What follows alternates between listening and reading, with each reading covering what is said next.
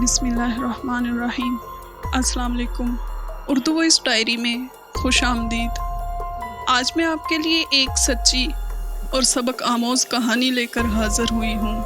अगर आपको पसंद आती है तो लाइक और शेयर ज़रूर करें, और आप मेरे चैनल पर नए हैं तो सब्सक्राइब करके घंटी का बटन ज़रूर दबाएं। तो चलें कहानी की तरफ आते हैं। ये दुनिया इसरार से भरी पड़ी है। हर नए दिन दुनिया में कहीं ना कहीं कोई ऐसा माफूकुल फितरत वाक़या रोनमा होता है जो इंसानों को वर्ताए हैरत में डाल देता है, और वो सोचता ही रह जाता है कि क्या ऐसा भी हो सकता है। हर इंसान के साथ तो नहीं, मगर बहुत से ऐसे लोग हैं जिनके साथ ऐसे अजीब व गरीब वाक़यात रोनमा होते हैं। मेरे साथ भी कुछ ऐसा ही हुआ था। उस वक्त तो मैं डर गया, लेकिन उम्र के इस हिस्से में जब मैं वसी की तैयारियों में हूँ, मुझे वो बात एक मामूली वाक़या महसूस होता है। मेरे स्कूल जाने की उम्र आई तो वालिदैन ने मुझे स्कूल की बजाय कुरान पाक हिफ़्ज़ करने के लिए मदरसे में डाल दिया। मदरसा हमारे घर से ज़्यादा फासले पर नहीं था, मगर चूँकि हमारा घर गल्ला मंडी के अंदर था, इसलिए रात के वक्त मंडी के गेट बंद कर दिए जाते थे। सिर्फ बाज़ार की तरफ खुलने वाला एक गेट थोड़ा सा खुला होता था। चुनाचा मुझे करीब गेट के बजाय बाज़ार वाले गेट की तरफ से जाना पड़ता, जिसकी वजह से फ़ासला थोड़ा बढ़ जाता। अम्मी सुबह फजर की अजान से पहले मदरसा भेज दिया करती थी। उस वक्त सब घर वाले सो रहे होते थे, इसलिए कोई भी भाई या कज़न मेरे साथ आने को तैयार नहीं होता था। मैं अकेला ही मदरसे जाता रहा। वैसे भी गर्मी थी, इसलिए ज़्यादा सन्नाटा महसूस नहीं होता था। वक्त गुज़रा और सर्दी आ गई। अब सुबह के वक्त जाते हुए मुझे कुछ डर भी महसूस होने लग गया। कुछ मौसम की शिद्दत थी और कुछ सन्नाटे की गहराई। इस दिन भी मैं सुबह सवेरे कपकपाता हुआ घर से निकला। जाने को बिल्कुल भी दिल नहीं चाह रहा था, मगर हमारे हाफिज साहब, हमारे उस्ताद इस मामले में बहुत सख्त थे। किसी बच्चे को छुट्टी नहीं करने देते थे। वैसे भी ज़िया भाई मेरे कज़न के साथ इनके बहुत अच्छे ताल्लुकात थे। उन्होंने फ़ौरन ही बता देना था, इसलिए मैं भी छुट्टी करने के मामले में मोहतात ही रहता था। बाज़ार वाले गेट से निकलकर मैं मदरसे की तरफ मुड़ गया। मैं कुछ नींद में था और कुछ गुस्से में चलता जा रहा था कि अचानक कोई चीज़ मेरे सामने आ गिरी। मैं एकदम चौकन्ना हो गया। अंधेरे में टटोल कर ज़मीन से वो चीज़ उठाई तो एक बड़ा सा बैंगन था। उस जगह जहाँ से मैं गुज़र रहा था, वहाँ सुबह के वक्त सब्ज़ी वाले अपना टोकरा लेकर सब्ज़ी बेचा करते थे। वहाँ एक गुरुद्वारा भी था जहाँ वो सब्ज़ी फरोश, जो आपस में शायद रिश्तेदार भी थे, वहाँ रिहाइश पजीर थे।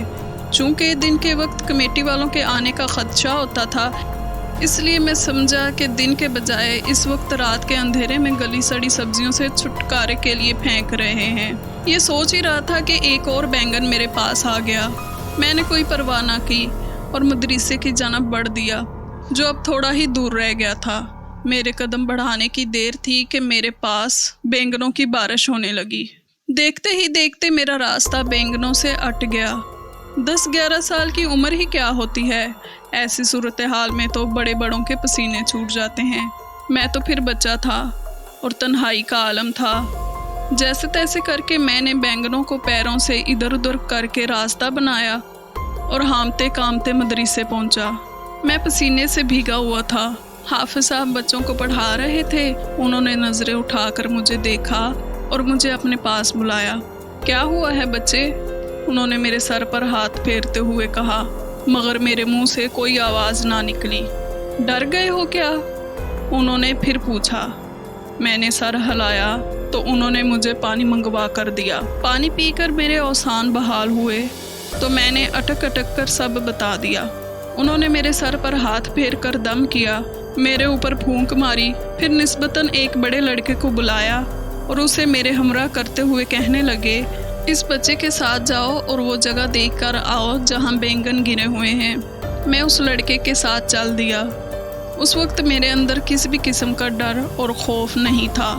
गुरुद्वारे के करीब पहुंचकर देखा तो सड़क साफ सुथरी थी। वहाँ किसी एक भी बैंगन का नामो निशान तक न था।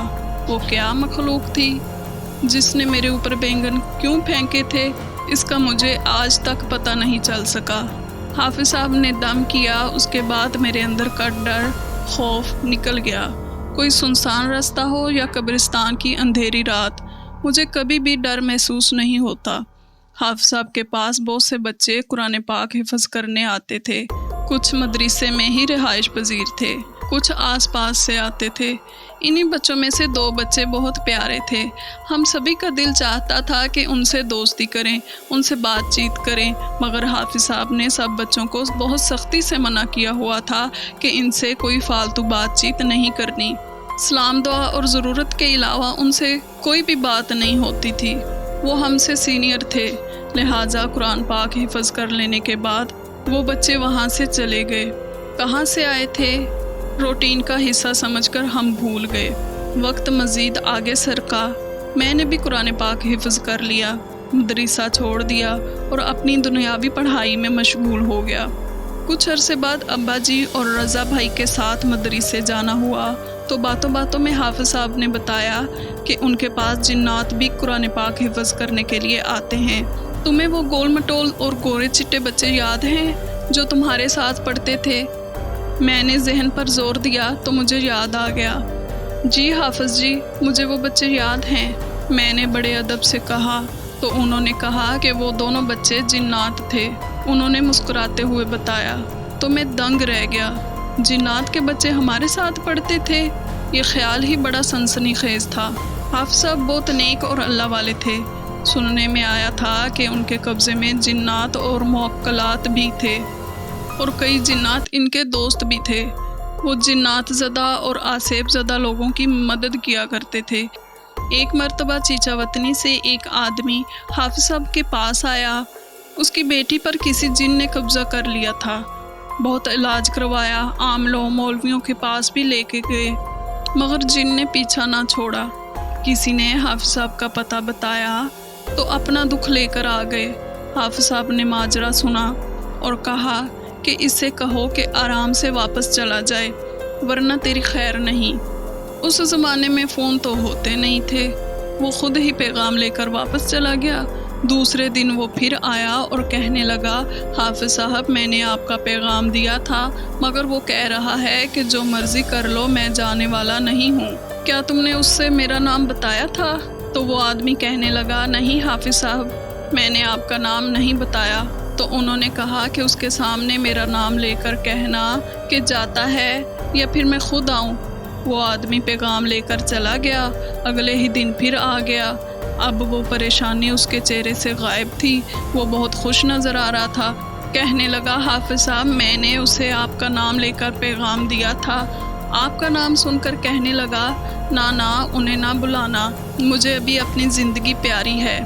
उसके बाद बच्ची कल से भली चंगी है। उम्र के इस हिस्से में आज जब ये वाक़यात मुझे याद आते हैं तो खुदा की कुदरत पर दिल अश अश कर उठता है।